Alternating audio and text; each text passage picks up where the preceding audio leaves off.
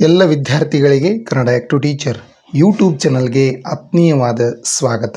ಪ್ರಿಯ ವಿದ್ಯಾರ್ಥಿಗಳೇ, ಇವತ್ತಿನ ಈ ಒಂದು ವಿಡಿಯೋದಲ್ಲಿ ನಾವು ಪ್ರಾಥಮಿಕ ಶಿಕ್ಷಕರಿಗಾಗಿ ಗಣರಾಜ್ಯೋತ್ಸವದ ಭಾಷಣ ಈ ಒಂದು ಭಾಷಣವನ್ನು ತಿಳಿದುಕೊಳ್ಳೋಣ.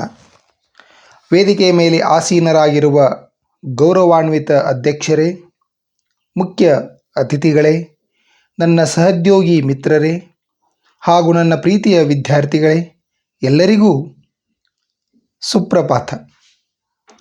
ಇಂದು ನಾವು ಭಾರತದ ರಾಷ್ಟ್ರೀಯ ಹಬ್ಬವಾದ 77ನೇ ಗಣರಾಜ್ಯೋತ್ಸವವನ್ನು ಅತ್ಯಂತ ಸಡಗರದಿಂದ ಆಚರಿಸುತ್ತಿದ್ದೇವೆ. ಈ ಪವಿತ್ರ ದಿನದಂದು ನಿಮ್ಮೆಲ್ಲರಿಗೂ ಗಣರಾಜ್ಯೋತ್ಸವದ ಹಾರ್ದಿಕ ಶುಭಾಶಯಗಳು. 1947ರಲ್ಲಿ ನಮಗೆ ಸ್ವಾತಂತ್ರ್ಯ ಸಿಕ್ಕರೂ ನಮ್ಮದೇ ಆದ ಕಾನೂನು ವ್ಯವಸ್ಥೆ ಅಸ್ತಿತ್ವಕ್ಕೆ ಬಂದದ್ದು ಜನವರಿ 26, 1950ರಂದು. ಡಾಕ್ಟರ್ BR ಅಂಬೇಡ್ಕರ್ ಅವರ ನೇತೃತ್ವದಲ್ಲಿ ರಚನೆಯಾದ ನಮ್ಮ ಸಂವಿಧಾನವು ಭಾರತವನ್ನು ಒಂದು ಬಲಿಷ್ಠ ಗಣರಾಜ್ಯವನ್ನಾಗಿ ರೂಪಿಸಿತು.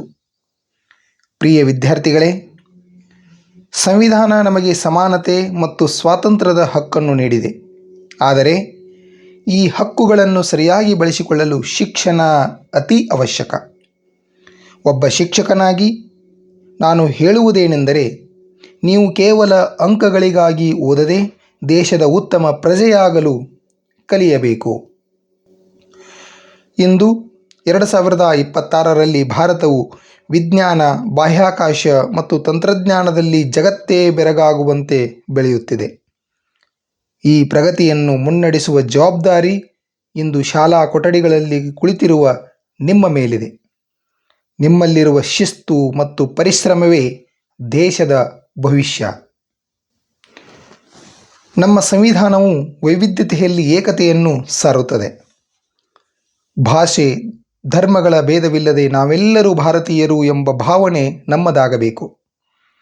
ಪರಿಸರವನ್ನು ಪ್ರೀತಿಸುವುದು, ಸಾರ್ವಜನಿಕ ಆಸ್ತಿಯನ್ನು ರಕ್ಷಿಸುವುದು ಮತ್ತು ಎಲ್ಲರಿಗೂ ಗೌರವಿಸುವುದು ನಮ್ಮ ಆದ್ಯ ಕರ್ತವ್ಯವಾಗಲಿ. ಕೊನೆಯದಾಗಿ, ಈ ದೇಶದ ಸ್ವಾತಂತ್ರ್ಯಕ್ಕಾಗಿ ತ್ಯಾಗ ಮಾಡಿದ ಮಹನೀಯರನ್ನು ಮತ್ತು ಗಡಿಯಲ್ಲಿ ನಮಗಾಗಿ ಶ್ರಮಿಸುವ ಸೈನಿಕರನ್ನು ಸ್ಮರಿಸೋಣ. ವಿದ್ಯಾರ್ಥಿಗಳೇ, ನೀವು ಈ ದೇಶದ ಆಸ್ತಿ. ಸತ್ಯ, ಅಹಿಂಸೆ ಮತ್ತು ನ್ಯಾಯದ ಹಾದಿಯಲ್ಲಿ ನಡೆದು ಭಾರತವನ್ನು ವಿಶ್ವದ ಉತ್ತುಂಗಕ್ಕೆ ಕೊಂಡೊಯ್ಯೋಣ. ಇಷ್ಟು ಮಾತನಾಡಲು ಅವಕಾಶ ನೀಡಿದ ನಿಮ್ಮೆಲ್ಲರಿಗೂ ಧನ್ಯವಾದಗಳು. ಜೈ ಹಿಂದ್, ಜೈ ಕರ್ನಾಟಕ, ಭಾರತ್ ಮಾತಾ ಕಿ ಜೈ.